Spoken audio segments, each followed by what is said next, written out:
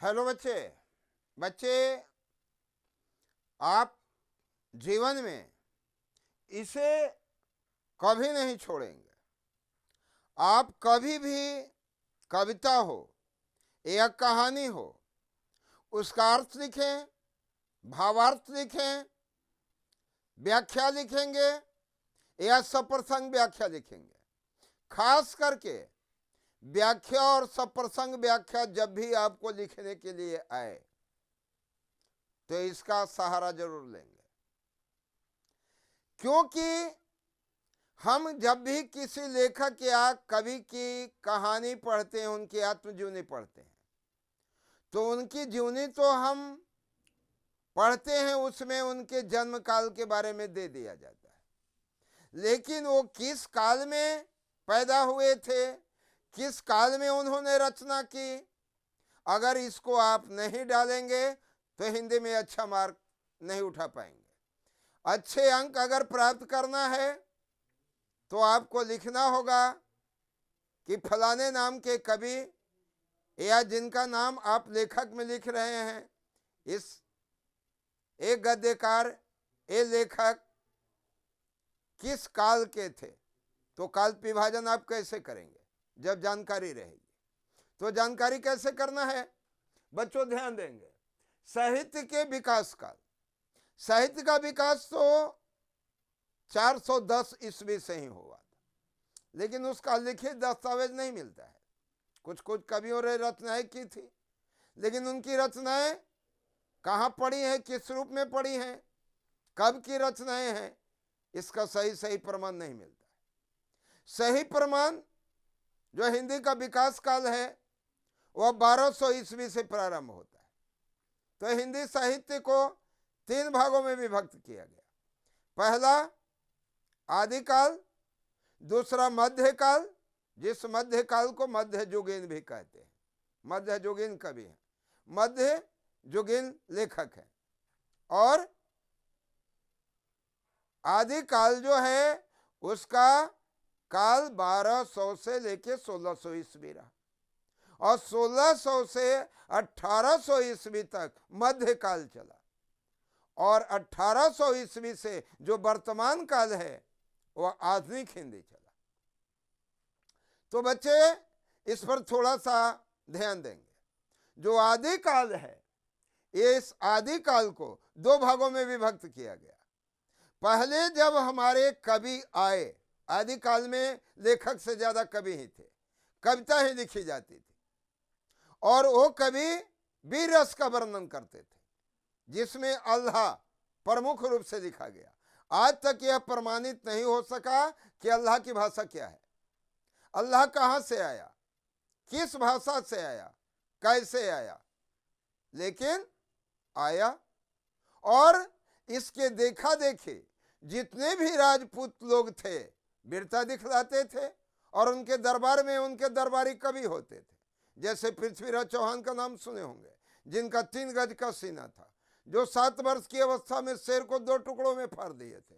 उनके कवि चंद्रवरदाई थे और बड़े ही मशहूर कवि थे। इस प्रकार से जितने भी राजपूत लोग थे उनके वीरता की कारनामों का वर्णन वीरगाथा काल में ही मिलता है। आगे चल करके कवियों ने भक्ति का राग अलापा, और जब भक्ति का राग अलापा तो 1400 ईस्वी से 1600 ईस्वी तक की रचना भक्ति काल की मानी जाती है। इस काल में बहुत सी रचनाएं हुई, लेकिन सूरदास की ख्याति इस काल में सबसे प्रसिद्ध रही। सूरसागर दास जो है इसमें ख्याति प्राप्त किए, और इनके समकालीन जितने भी कवि और लेखक थे वो सब मध्ययुगीन कहलाए। मध्ययुगीन नहीं, भक्तिकालीन कहलाए, भक्तिकालीन कहलाए। लेकिन आगे चल करके भक्ति काल जो है वह मध्ययुगीन काल में बदल गया। मध्ययुगीन काल में आपने सुना होगा कि जब पूरे दुनिया में जात पात, छुआछूत, वर्ग भेद, ऊंच नीच इतना विकराल रूप धारण कर लिया था कि मानो घर घर में कलह मची हुई थी। और उस समय बाबा गोस्वामी तुलसीदास ने एकमात्र रामचरितमानस की रचना कर सारे विकार, सारे कलह, सारे क्रोध को मिटा दिया और प्रेम का ऐसा पाठ पढ़ाया कि सारी दुनिया खुशी से सराबोर हो गई।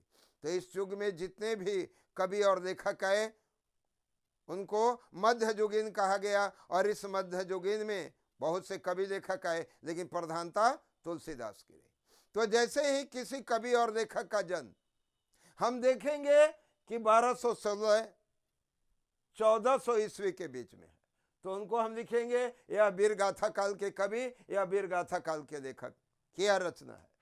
अगर 1400 से 1600 ईस्वी आएगा तो बोलेंगे यह आदिकाल के, भक्ति काल के कवि अथवा लेखक रहे हैं। और 1600 से 1800 ईस्वी होगा तो बोलेंगे यह मध्ययुगीन काल की कविता यह कहानी है, यह मध्ययुगीन कवि है अथवा मध्ययुगीन लेखक है। और 1800 ईस्वी के बाद जब हम आएंगे, आधुनिक युग में आएंगे, तो इसमें हमारे जितने भी आज मैत्री शरण गुप्त हो, रामाधारी सिंह दिनकर हो, यानी जितने भी महान लोग हुए, सारे लोग आधुनिक युग में आते हैं। लेकिन आधुनिक युग का जन्मदाता, हिंदी का जन्मदाता भारतेंदु हरिश्चंद्र को कहा जाता है, क्योंकि भारतेंदु हरिश्चंद्र ने अनेकों प्रकार की पुस्तकें लिखी।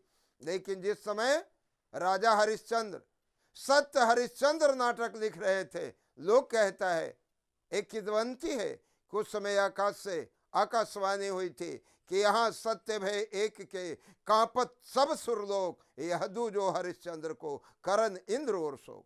अर्थात एक हरिश्चंद्र ऐसा सत्यवादी हुए थे जिससे पूरे देवता लोग उनकी परीक्षा लिए थे। और इंद्र, देवता के राजा इंद्र नहीं चाहते हैं कि कोई धर्म करे, अगर धर्म करेगा तो मेरा इंद्रासन छीन लिया जाएगा, चला जाएगा। और जैसे ही भारतेंदु हरिश्चंद्र ने सत्य हरिश्चंद्र नाटक लिखना प्रारंभ किया, यही ध्वनि हुई थी और भारतेंदु हरिश्चंद्र ने उस नाटक को पूरा किया। कहने का अभिप्राय यह हुआ कि आधुनिक हिंदी के जन्मदाता भारतेंदु हरिश्चंद्र है, और इस काल के जो भी कवि हुए वो आधुनिक कवि और आधुनिक लेखक कहलाए। जय हिंद बच्चों, आज इतना ही।